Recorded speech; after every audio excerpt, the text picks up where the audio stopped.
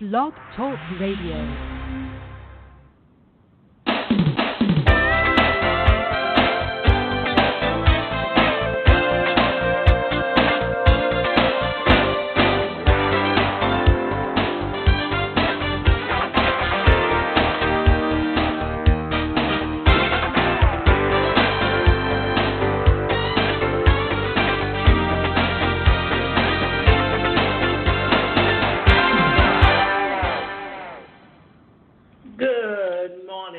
I'm your host, Davida Shinsky, and we're coming to you from Blog Talk Radio. Today's show is 7 Ways to Spot a True Sense of Urgency. Doing the best at this moment puts you in the best place for the next moment, said Oprah Winfrey. I can't believe she just gave up, commented my double partner friends. Fran, all I could say at the time was, it is so incredibly sad. If it went down like this, we were at a 3-all in the first set of our tennis match. We broke our opponent's serve and took the lead at 4-3. I served and we won another game for a score of 5-3. They served and edged closer, 5-4. Fran served and we won the first set, 6-4. First game in the second set, we broke their serve and bam, our opponent's body language screamed, there is no way we can win. We may as well give up now and this over and end this now.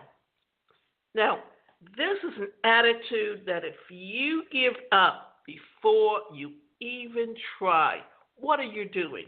You're actually setting yourself up for failure because you're telling yourself you can't succeed. And that's something that you should learn to overcome.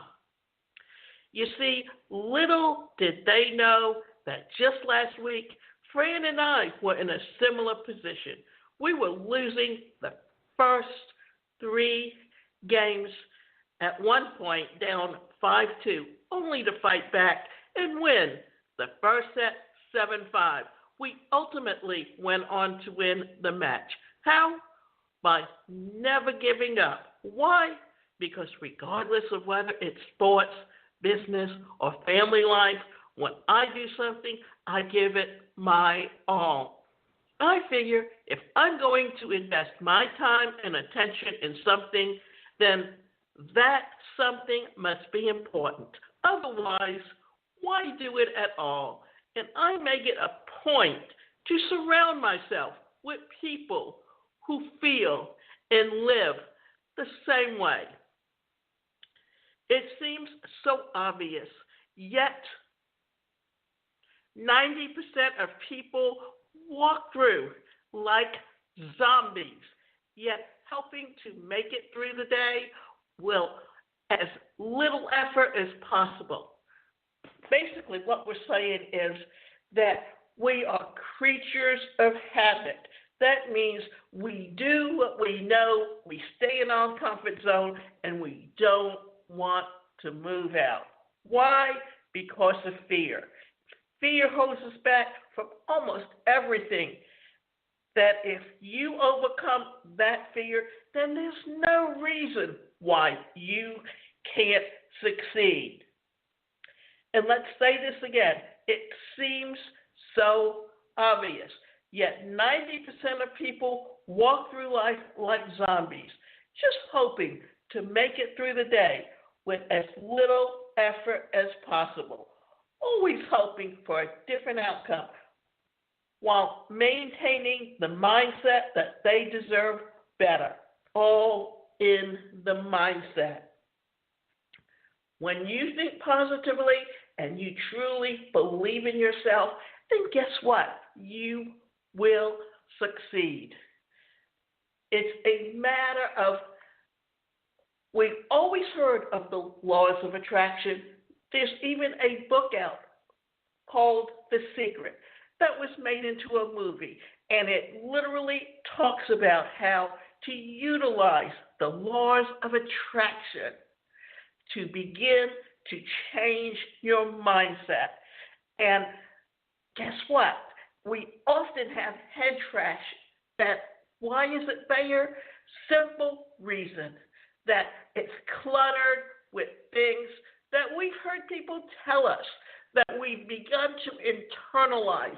And internalizing it, we literally believe all of those negative things that we've been told all our life. And the only way to get rid of that head trash is to use affirmations or positive thinking as a way of beginning to believe in yourself and your potential. These are the people who, when left in any position within an organization, can single-handedly destroy the morale, consume mounds of energy, and obliterate profits. They are called complacency campaigners, or CCs. Many business owners and managers underestimate their power to ruin a business. They are full of excuses, and the drama is endless. Complacency complainers can be anyone. They have no requirements or application policy. They come in all shapes and sizes. They are disguised as CEOs, marketing managers, mailroom clerks, and sales representatives. And they thrive on recruitment more than James Jones and the most sophisticated MLMers. So why are they so prevalent? Although complacency is pervasive, smart and experienced and refined people do not always see it. They may mistake activity for productivity and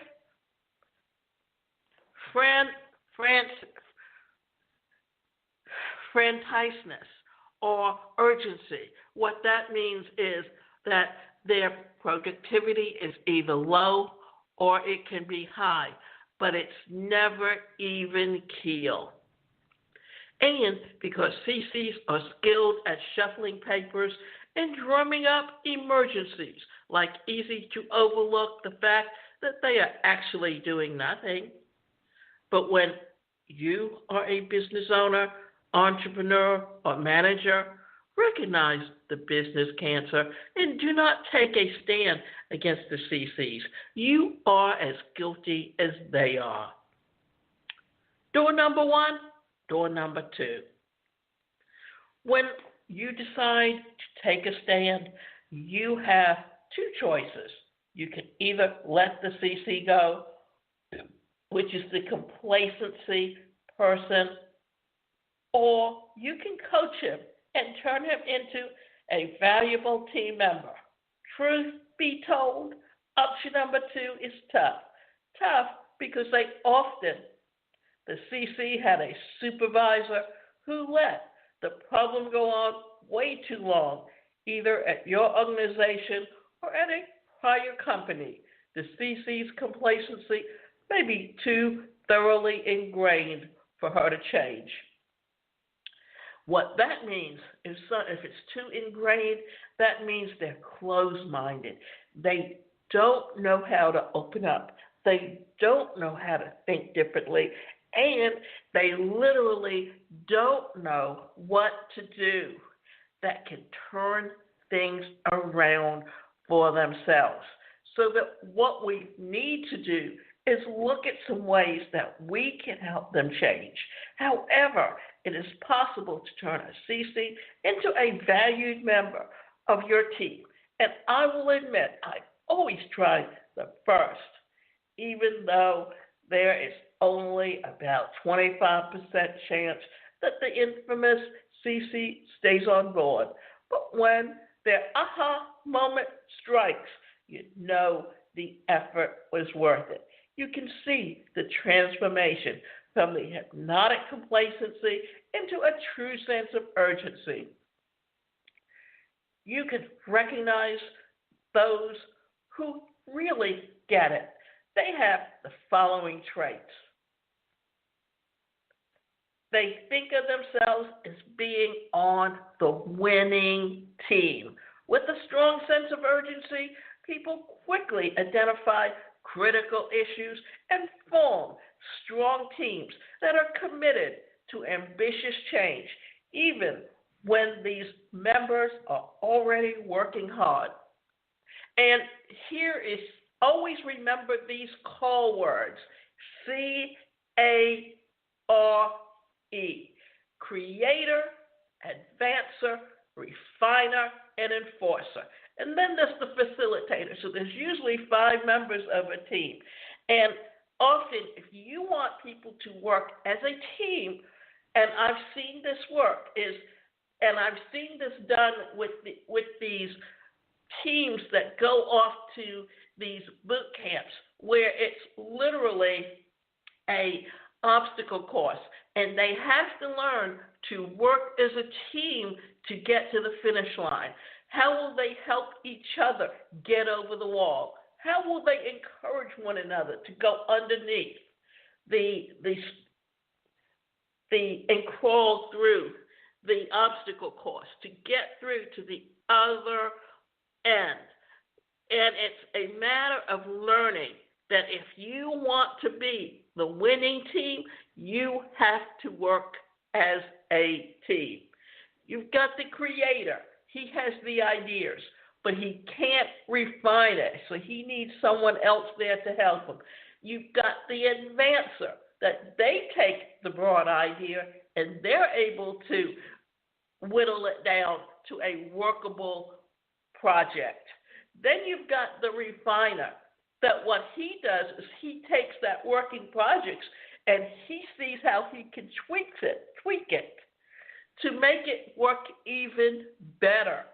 Then you've got the enforcer, who actually puts that project into motion. So you see how, and then you've got the facilitator that works in all 4 quadrants, that they help the creator with the idea. They help the advancer understand how to refine it. They work with the refiner to see and make sure that it's tweaked just perfectly. Then they work with the enforcer to help make it all work with everyone. So what you want to do is look for ways that you can take all of these things and put them together. Then you've got the vision and strategies.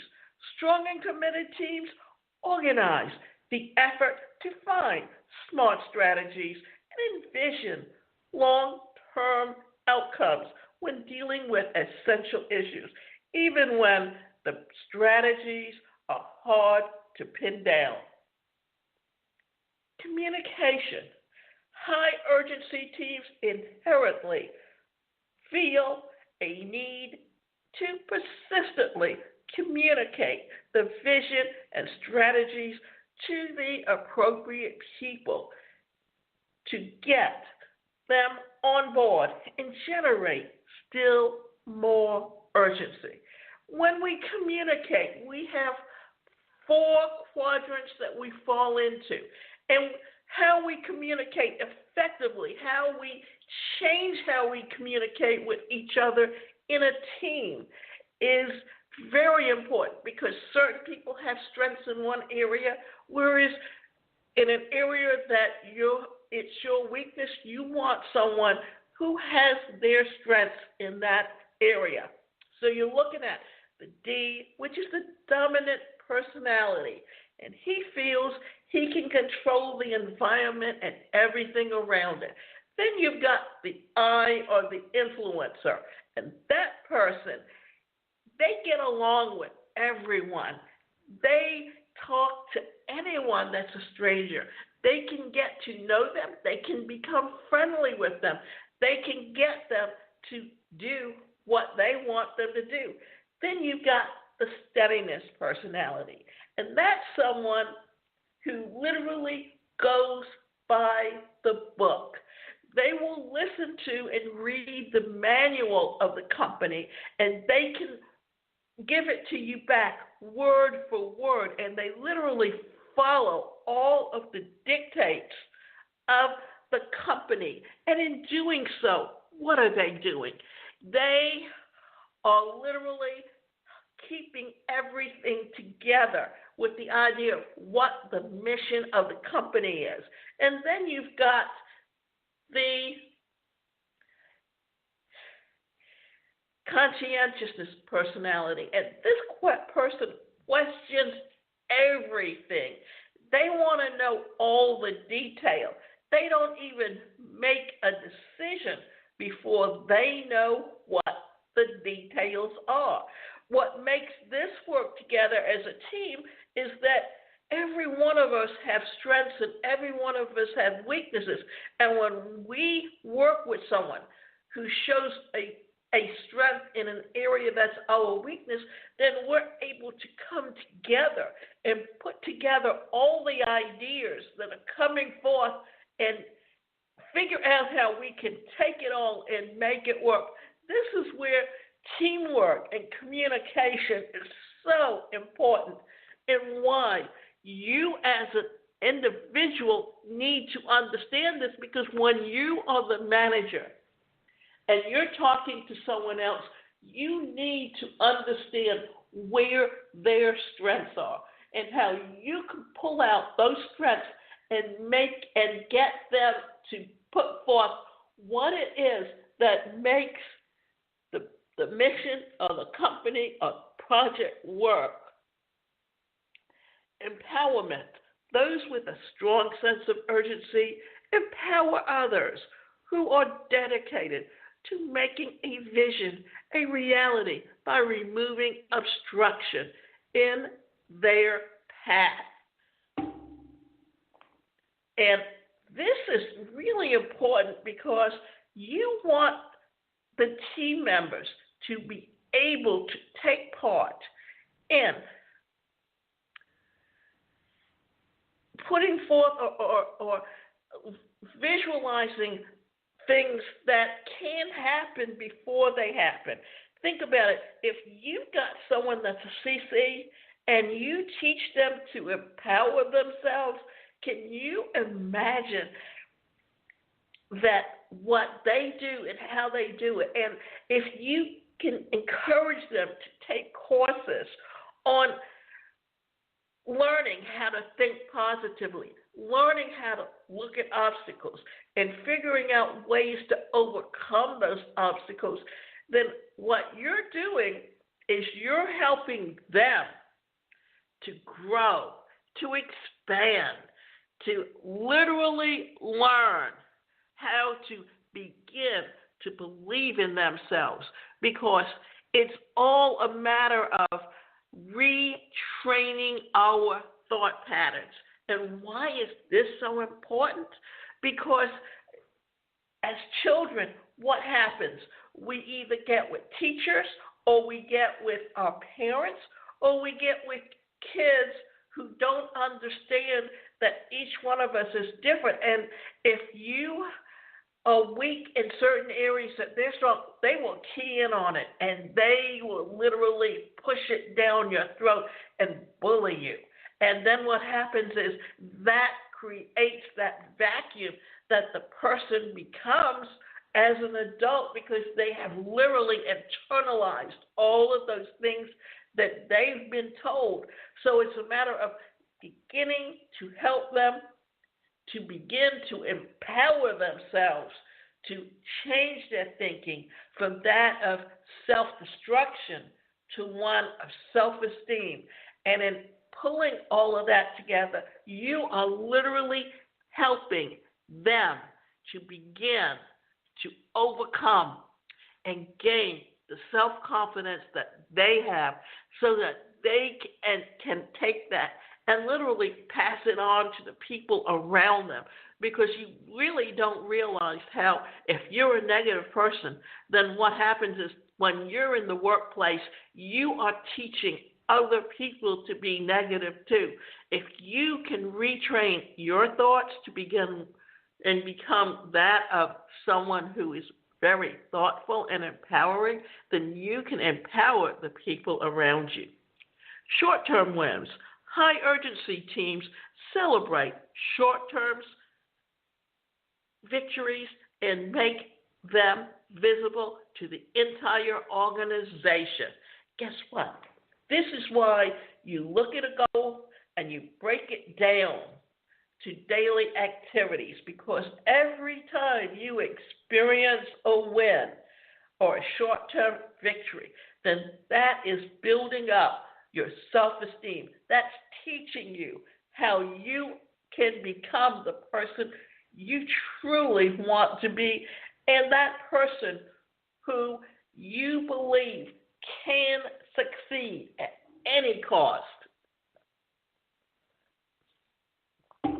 no matter how far behind you are. Never give up. After minor or great success, teams with a true sense of urgency never let their team slip back to complacent inertia. Instead, they expand at the effort and strive for improvement. And let me kind of give you a good example of that. That in my case, I grew up with a disability at a time when society didn't even acknowledge its disability community. There were no laws guaranteeing people with disabilities the right to an education or the right to employment. Therefore, when I was in school, what happened was that sometimes what I see and what I write down become two different things. And in math, and I'm sure this happened more times than anything, that I did very poorly, not because I wasn't fairly good in numbers per se, as that sometimes what I was seeing was not what I wrote down. So I could never figure it out. And it was not even until I was in graduate school that I found it for myself. It was never pointed out to me, that no one recognized what was going on with me.